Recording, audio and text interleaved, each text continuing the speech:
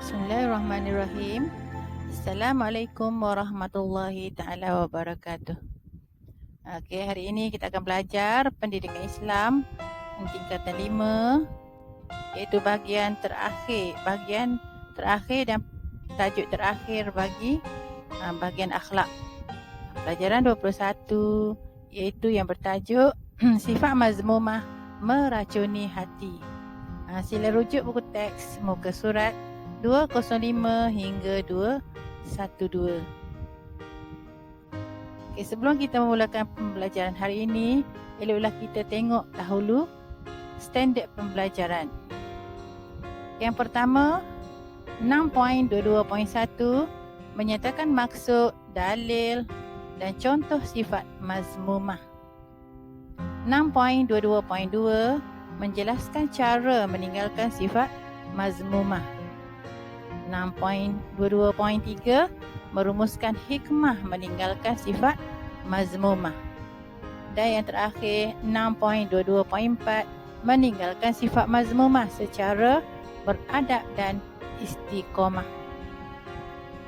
Seterusnya kita tengok kepada objektif pembelajaran untuk tajuk ini.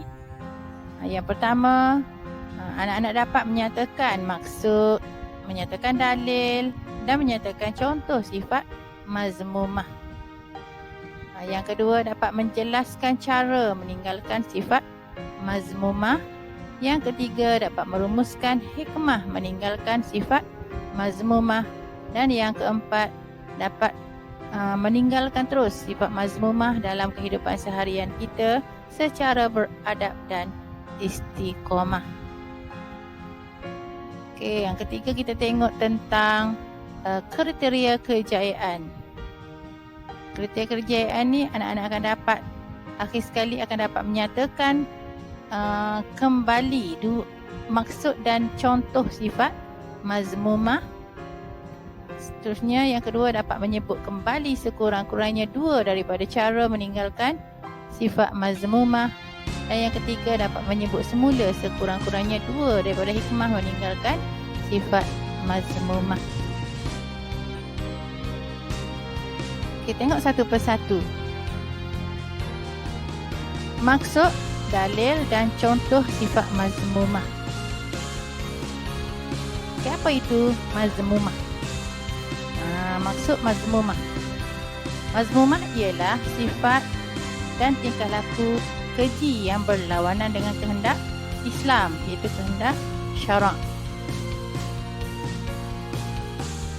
Okey, difokuskan dalam tajuk ini 3 daripada sifat mazmumah, iaitu yang pertama riya, yang kedua ujub dan yang ketiga hasad.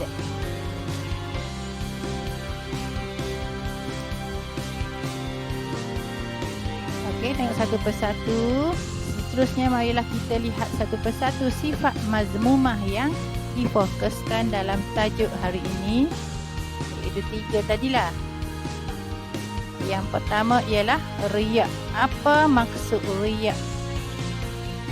Riya ialah melakukan amalan untuk dilihat dan dipuji oleh orang lain. Terdapat dalil yang melarang sifat riya. Dalil yang pertama berpandukan kepada firman Allah Subhanahu wa taala dalam surah Al-Ma'un ayat 4 hingga 6. A'udzubillahi minasyaitonir rajim. Bismillahirrahmanirrahim. Fawailul lil musallin allazina hum an salatihim sahun. Allazina hum yura'un. Sadaqallahul azim. Maksudnya, maka kecelakaan yang besar bagi orang yang solat, iaitu mereka yang berkeadaan lalai daripada menyempurnakan solatnya. Juga bagi orang yang berkeadaan riya dalam ibadat dan bawaannya. Maksudnya segala perbuatan yang dia lakukan dan apa yang dibawa oleh orang tersebut hanya untuk menunjuk-nunjuk, itu riya, supaya dipuji oleh orang lain.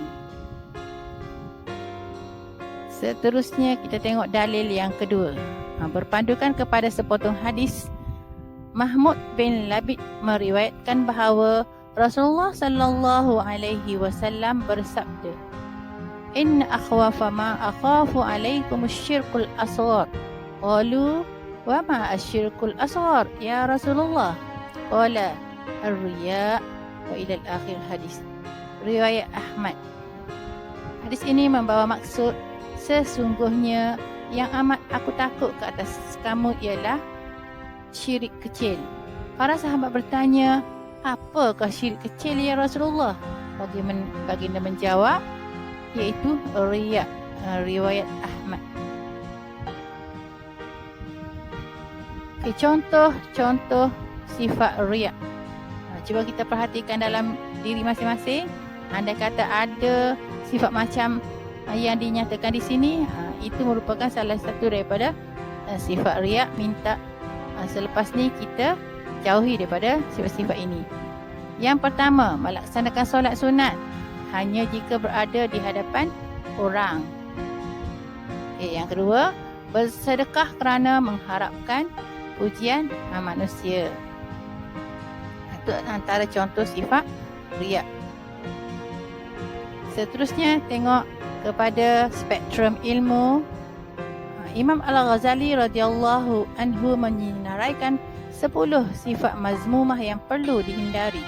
Antara 10 sifat tersebut ialah, yang pertama, banyak makan dan minum. Yang kedua, banyak berkata yang sia-sia. Yang ketiga, pemarah. Yang keempat, hasad dengki. Yang kelima, kasih kepada harta. Dengan kata lain, bakhil ataupun kedekut. Yang keenam, mencintai harta dan pangkat. Yang ketujuh, hati terpaut pada dunia. Yang ke-8, bersikap sombong. Maksud di sini takbur. Yang ke-9, bangga diri, perasan ataupun ujub. Yang ke-10, menunjuk-nunjuk. Okey, itu riya. Seterusnya kita tengok sifat mazmumah yang kedua, iaitu ujub. Apa maksud ujub? Ujub ialah berasa bangga dengan amalan dan kelebihan yang ada pada diri sendiri.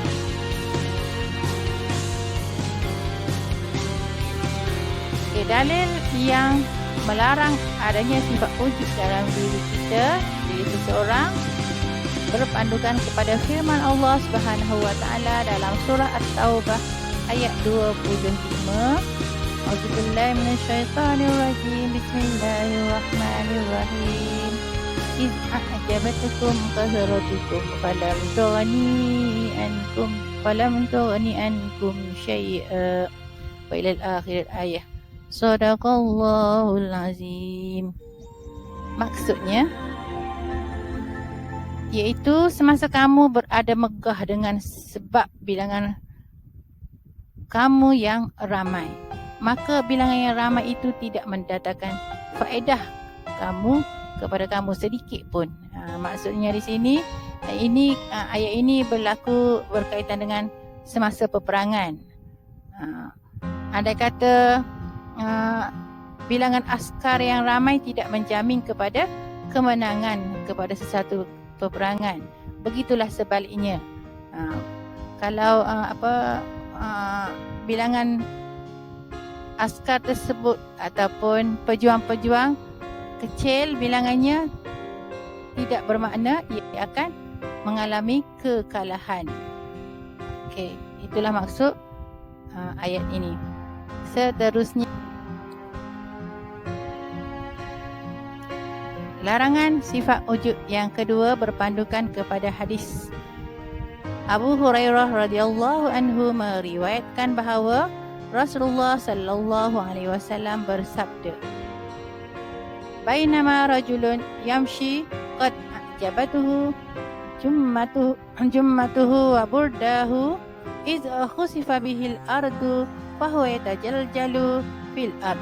ay yahusu fil ardi hina yakhsifu bihi hatta taqum as-sa'ah. Riwayat Muslim. Maksudnya, pada suatu ketika seorang lelaki berjalan dengan pakaian yang membanggakan dirinya serta rambutnya disikat rapi dan berlagak sombong ketika berjalan.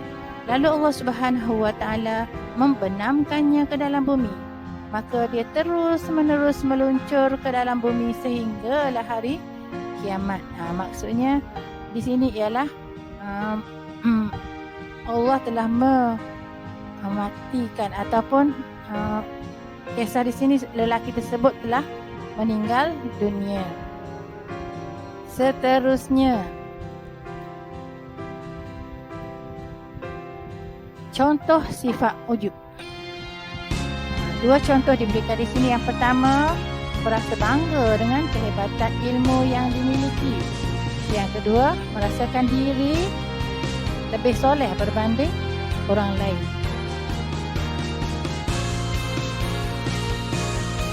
Okey, seterusnya kita tengok sifat mazmumah yang ketiga, iaitu hasad. Apa maksud hasad?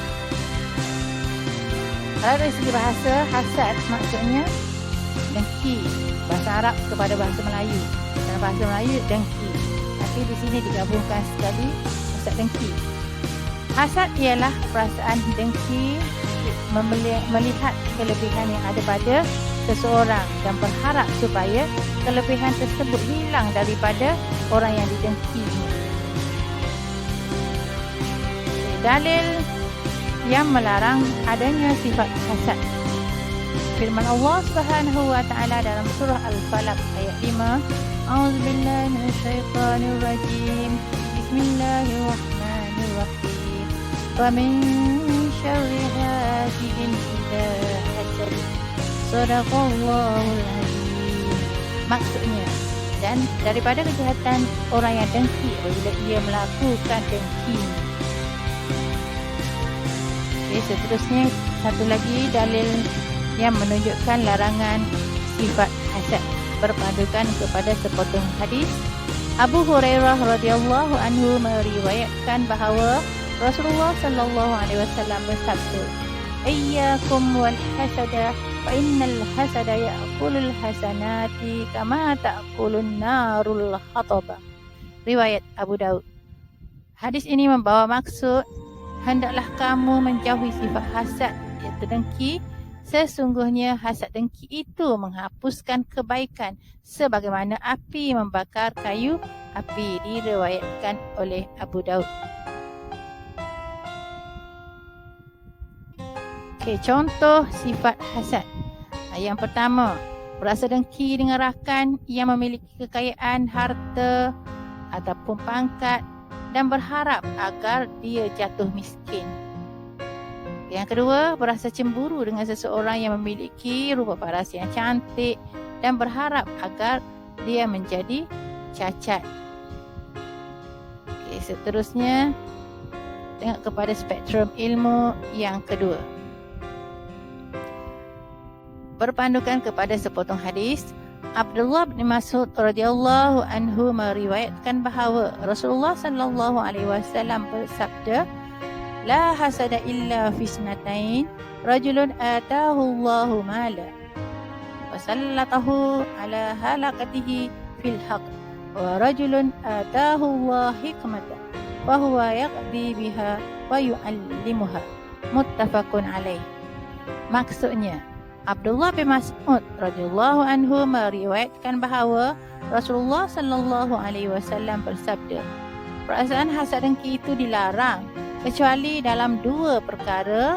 Yang pertama, dengki terhadap seseorang yang Allah Subhanahu wa taala kurniakan padanya harta dan dia belanjakan harta tersebut pada yang berhak. Dan satu lagi, seseorang yang dikurniakan ilmu pengetahuan kemudian dia mengamalkan dan mengajarkannya kepada orang lain. Diriwayat oleh Muttafaqun alaih. Okey, seterusnya, macam mana cara meninggalkan sifat mazmumah? Tengok satu persatu cara-cara yang dicadangkan. Yang pertama, sentiasa mengamalkan sifat mahmudah dan menjauhi sifat mazmumah. Yang kedua, sentiasa muhasabah diri, menghitung amalan-amalan ataupun perbuatan seharian kita agar terhindar daripada sifat mazmumah. Yang ketiga, sentiasa mengawal keinginan nafsu yang suka akan kemegahan dunia seperti kemegahan harta, pangkat dan jawatan. Yang keempat, sentiasa berzikir kepada Allah Subhanahu Wa Taala untuk menyucikan jiwa seperti sentiasa beristighfar dan bertasbih menghadap Allah Subhanahu Wa Taala. Yang kelima, mencontohi akhlak mulia para rasul dan sahabat dalam kehidupan seharian.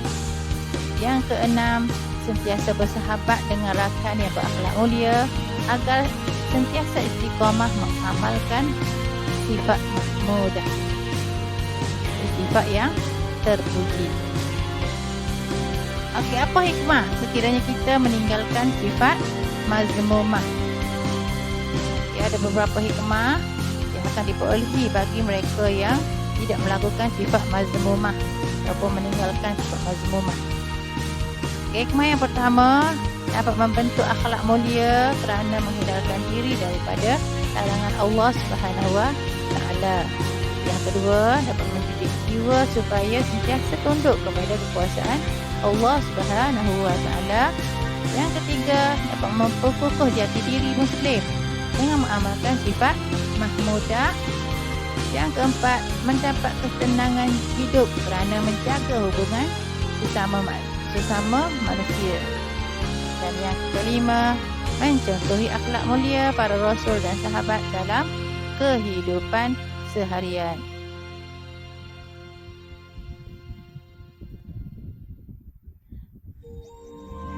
Okey, akhir sekali untuk ingatan diri ustazah sendiri dan anak-anak, kita hendaklah aplikasi dalam kehidupan kita seharian dengan meninggalkan segala sifat mazmumah ini secara beradab dan istiqamah. Jadi sama-samalah kita menjauhinya daripada mana-mana sifat mazmumah agar hidup kita sentiasa dirahmati, diredai, diberkati oleh Allah Subhanahu Wa Taala. Akhir sekali, untuk latihan pengukuhan sebagai kerja rumah, sila jawab soalan penilaian nombor 1 hingga 7 berpandukan muka surat 212 buku teks dan tulis di buku latihan masing-masing. Jazakallahu khairan katsira. Sekian, terima kasih. Assalamualaikum warahmatullahi taala